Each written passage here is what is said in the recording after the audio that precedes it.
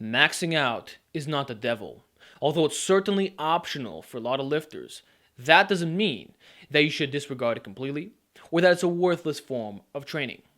And it's unfortunate because there's a lot of guys in the strength training community who are giving false information regarding maxing out. And in this video, I want to discuss what those misconceptions are and prove to you that they're factually wrong. First of all, I hear a lot of people making the claim that you shouldn't max out on a frequent basis, that it should be done once in a blue moon, and the 1 rep max is a tester, not a builder. Now, the problem with this statement is that it's neglecting different ways of training. It's an extremely biased and narrow-minded way of viewing things, and it's scientifically wrong. When you say that you're not able to max out on a frequent basis, you're basically saying that the conjugate system is not real and that Bulgarian light is not real. Basically, these two forms of training are a fabrication of your own mind. They're like a freaking genjutsu if you were into Naruto. It's not real. It just doesn't exist. That's the problem I have with a lot of guys. They don't talk about different ways of training. They always mention linear periodization, undulating periodization, and standard bodybuilding techniques, such as decreasing the rest, increasing the reps, sets, etc.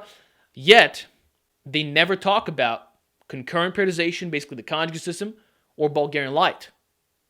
Last I checked, these are very effective systems that are time-tested, and they do work. Now, whether or not you consider these programs to be optimal is up to you. That's not what this debate is about. So I don't want to hear comments that, oh, this raw lifter doesn't train conjugate, therefore it's worthless, or most people don't do Bulgarian light. I don't want to hear that. This video is not a discussion of optimal training, because that's up for you to decide, and it could be rather subjective in the first place. What I'm specifically discussing is whether or not it is physically possible to max out on a frequent basis. And the answer, the scientific, factual answer, is that yes, it can be done. If you run concurrent periodization or a standard Bulgarian light, you will be maxing out very frequently. In the case of concurrent, you're going to have a weekly upper and lower day, which is max effort. Or it's going to be full body, basically a full body max effort workout. And this will be done every single week for years on end, just like I've been doing. I've been maxing out for over 3 years straight, every single week over 3 years. Yet you're going to have people say that you're not able to max out. That's a lie, and they're trying to hide the truth, which is the fact that it could be done if you train with concurrent/conjugate, okay? And then again, in the case of Bulgarian light, Bulgarian might not be true 100%, but it's close enough. It's singles done at a high frequency at 90%. And actually, in some individuals, go beyond that. Guys like Eric Bugenhagen and J.J. Anderson from Dairyland Strength. And I don't want to hear the argument that it only works for drug users. These guys are natural, and they're still pulling it off with grinders and oftentimes failing lifts multiple times in session. So maxing out could be done on a frequent basis if you choose to include it in your program. Again, I'm not saying you have to train this way. I'm not trying to force any type of system down your throat. If you want to train with linear periodization, that's perfectly fine. And in that case, maxing out on a program like that should only be done at the end of the training cycle. But if you run Bulgarian or conjugate/concurrent, you're going to be maxing out rather frequently. And that's going to bring me on to my next point. A lot of guys think that maxing out has to be done with an RPE 10 or 100%, which is again false. You have options here. You don't have to go the full-on Louis Simmons route of going balls to the wall, maximum intensity 100%. You have the choice to go at 90%. Although 90% is strength endurance, it's still close enough. It's still a low enough velocity, and you're still getting some really heavy loads in there to the point where it will have carryover to your 1 rep max, and it's going to make you a lot stronger. And a great powerlifter that exemplifies this training method would be Matt Wenning. Matt Wenning does not go 100% because he's an older guy and he wants to preserve his longevity. So if it's longevity that you're concerned about, well, you can just go at 90%. Because that's what I hear guys saying. People are saying that maxing out is dangerous, that you're somehow going to get hurt. Last I checked, it's nothing more than a speculation. And if we talk about speculations, then we have to do speculation versus speculation. And what I see personally is that people who do higher reps with submaximal weights, a lot of these people get hurt because higher reps leads to fatigue, and fatigue leads to form breakdown, and form breakdown leads to injury. So what is the real conclusion? Bad form leads to injuries. So if you're maxing out, you might be more likely to include bad form.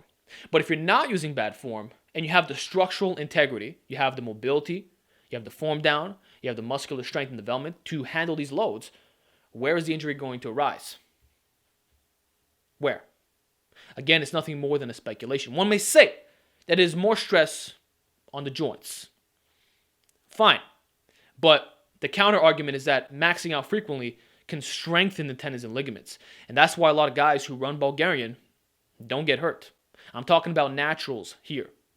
They're maxing out more frequently than anybody else, and they don't have injuries. They're constantly going at 90%. So all we really have is anecdote when talking about this. And so far, the anecdote does not support that using the max effort method causes injuries. The only thing we can say is that if you're worried about going at 100%, then just go at 90% like Matt Wenning, and it's all good. No one's forcing you to go at RPE 10. RPE 9 is fine, okay? Another thing that I hear people say is that maxing out is ego lifting, and that it doesn't work for building strength. That if you want to get stronger, you need to build strength, not test it, which is true. That statement is 100% accurate. Build strength, don't test it. The problem, though, is that guys misuse this term to fit their own narrative. The fact of the matter is, and I'm using the term fact quite literally, is that maxing out does build strength. If you pick up the book, Science and Practice of Strength Training, a pure masterpiece, you're going to see the max effort method is discussed. It is one of the greatest, if not the greatest, strength training strategy for raising your strength. It's the lowest possible velocity next to isometrics, and it gets you very strong at lifting heavy weights. And again, the anecdote supports it as well. A lot of the old-time strongmen thrived on the max effort method. And then we got guys who are doing Bulgarian, which is not true 100%. It's more like 90. But then we also have people who follow the conjugate system, those who train in the West Side fashion. And again, this discussion is not about, is this optimal for raw lifting? This is not a powerlifting video. This is not a powerlifting channel. I'm just discussing training principles in isolation and looking at the pure facts. And the fact is, you can get strong with max effort. That's what sprinting is. Sprinting is a max effort attempt, okay? And you obviously acquire stronger, more powerful legs when you do sprints. So max effort method is not ego lifting when used correctly. The issue is when you have a bunch of gym noobs who don't know what they're doing, coming in and trying to max out with all kinds of bad form, and it's not a part of their program. That's ego lifting. Ego lifting is when the form breaks down tremendously and you're just maxing out for the hell of it. Basically, you go in the gym, it's not indicated that you're supposed to max out on this lift, but you're like, you know what, I'm going to do it anyway. And that's, again, where the injuries come up.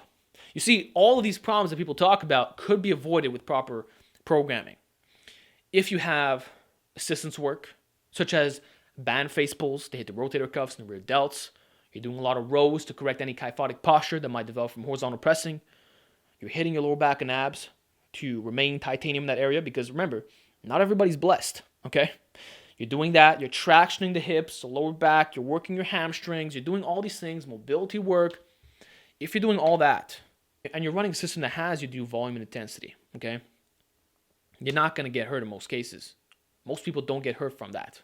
People get hurt from singles usually, like 9 out of 10 times, is because of bad form. And a lot of these guys too, they're not peaking properly into the singles. They don't do singles enough. And if you don't do it enough, or when you attempt it one day, you might get hurt. Then there's also a lot of guys who take steroids, and what happens is that their muscles get way stronger than their tendons can handle. And that's why bicep tears are so common among roiders. You don't see too many naturals tearing the biceps. It does happen, but it's a lot more rare. Pec tears, bicep tears, very common among roiders because they're getting stronger with the roids, but it's not making the body adapt at the same time. The tendon strength, in other words. So if you're a true natural lifter, the max effort method is not as bad as you think. Again, it is scientifically proven to work. You might not agree with it in terms of general programs, and you have the right not to include it for your clients. You have the right to not want to do max effort. I am fully supportive of your decision. You can do whatever you want. If that's not the path that you choose to take, so be it. And if you don't think it's optimal, so be it. But when you tell someone that it's not possible to max out frequently, and that it's the most dangerous thing in the world, and you're just saying that it's ego lifting and that doesn't build strength, these aren't facts. That's misinformation. And you're lying to the public. So let's get back to the truth. Let's get back to logic. Again, I'm not forcing you to use the max effort method. It's 100% optional. You can go at 90% if you want to. Hell, you don't even have to do the max effort at all. You can just run a classic system and do it once in a blue moon. That's up to you. Or none at all. That's fine. But let's observe the facts for what they really are. Okay? That's my take on the max effort method. I believe it's one of the greatest techniques of all time for raising your strength. I use it on a weekly basis. I don't think I'm ever going to get hurt doing that because I listen to my body. I auto-regulate accordingly. I choose the right movements. I refrain from using very bad form on these 1 rep maxes.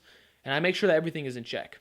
So if you implement it correctly, such as the guys who run Westside programming or people who do Bulgarian Light, I don't think it's as bad as people claim it to be. So if you're running any other system, if you're doing linear periodization, undulating, or a standard bodybuilding program, then you're going to want to avoid it in most cases, or at least do it in a proper way. But just because it doesn't work on those programs, don't make it seem that it's a universal rule that you're not able to max out, because that's just a lie. So that said, hope you enjoyed the segment. Give me your feedback down below, and I'll talk to you all next time.